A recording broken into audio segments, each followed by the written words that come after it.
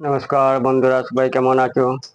তোমাদের আশীর্বাদে ভালো আছি। আজকে প্রতিদিনের মতো আজকে চলে আসলাম রান্নাঘরে নতুন রেসিপি নিয়ে। সঙ্গে থাকো, আমি কাজ শুরু করি। এখানে তেল দিয়ে দিচ্ছি, তেল গরম হয়ে গেছে। প্রথমে আলু ভেজে নেব। আলু কেটে ধুয়ে রেখেছিলাম আগেই। হালকা করে ভেজে নিলাম। আলু উঠিয়ে নেব।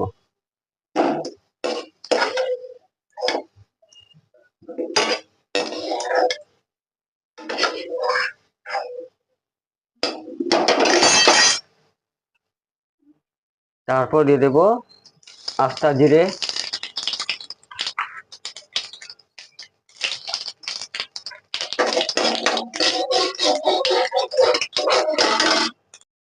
তারপর দিয়ে দেব দুটো তেজপাতা,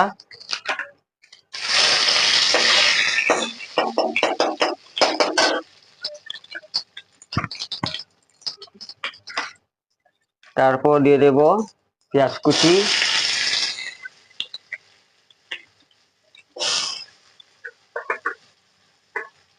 দিয়ে নাড়াচাড়া করতে থাকবো।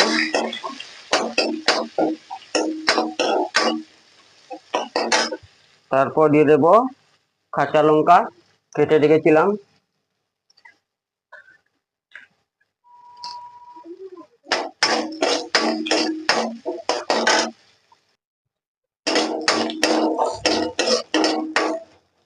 তারপর দিয়ে দেব টমেটো বাটা, নিয়ে আস্তে আস্তে নাড়তে থাকবো।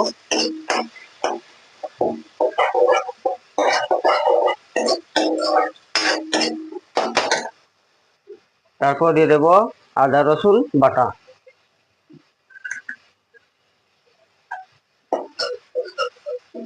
দিয়ে আস্তে আস্তে করতে থাকবো।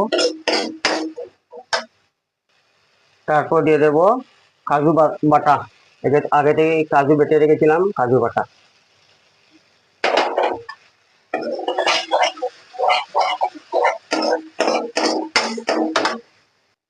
তারপর দিয়ে দেব হলুদের গুঁড়ো, তারপর দিয়ে দেব জিরা গুঁড়ো,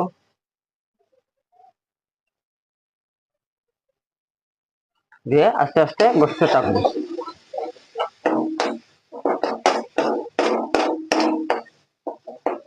তারপর দেব কাশ্মীরি লঙ্কার গুঁড়ো,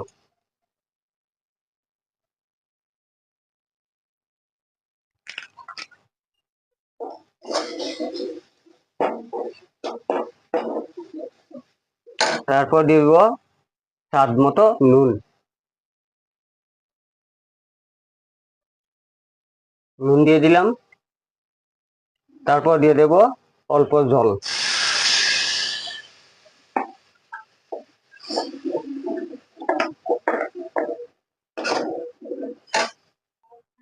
খুব সুন্দর কালার হচ্ছে বন্ধুরা, দেখতে পাচ্ছ। তারপর দিয়ে দেবো ভেজে রাখা আলু,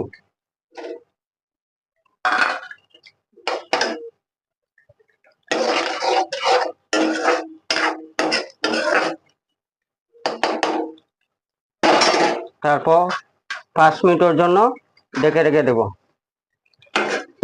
5 মিনিট পরে আবার চলে আসবো, সঙ্গে থাকবেন বন্ধুরা। তারপর ঢাকনাটা খুলে দিই।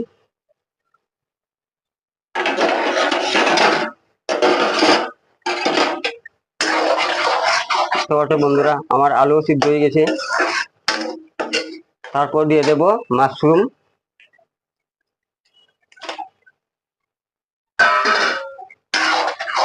হালকা হালকা করে নাড়তে থাকবো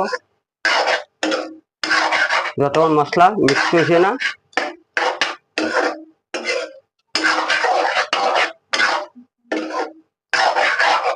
এভাবে ঘরে রান্না করে কে কমেন্ট করে বলবেন রান্নাটা কেমন হলো।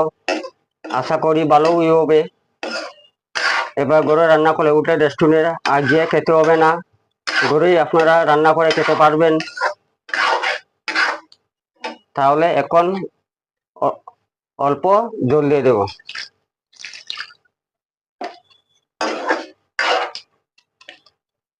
দিয়ে চাপা দিয়ে রেখে দেবো আরো 5 মিনিটের জন্য। চলে আসলাম 5 মিনিট পরে। এখন ঢাকনাটা উঠিয়ে নিব।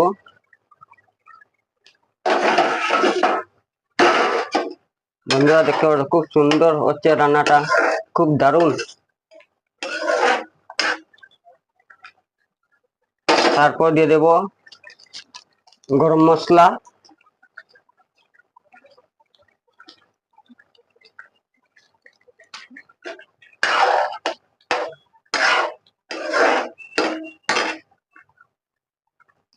তারপর দিয়ে দেব মেথি পাতা, অল্প মেথি পাতা দিয়ে দিলাম।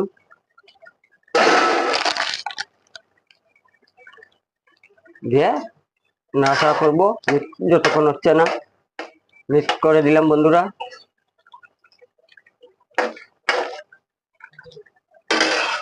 এভাবে করে রান্না করে কমেন্ট করবেন রান্নাটা কেমন হলো খেয়ে। আশা করি ভালো। আমি নতুন চেষ্টা করছি করে শেখার, আর তোমাদের সাথে শেয়ার করছি। আমার রান্না কমপ্লিট। সবাই ভালো থাকো, সুস্থ থাকো। সবাইকে নমস্কার, ধন্যবাদ। এভাবে পাশে থাকবেন, ভালোবাসা দিয়ে যাবেন। রান্নায় কোনো ভুল ত্রুটি হলে, কথার ভুল ত্রুটি হলে ক্ষমা করে দেবেন ছোট ভাই হিসাবে।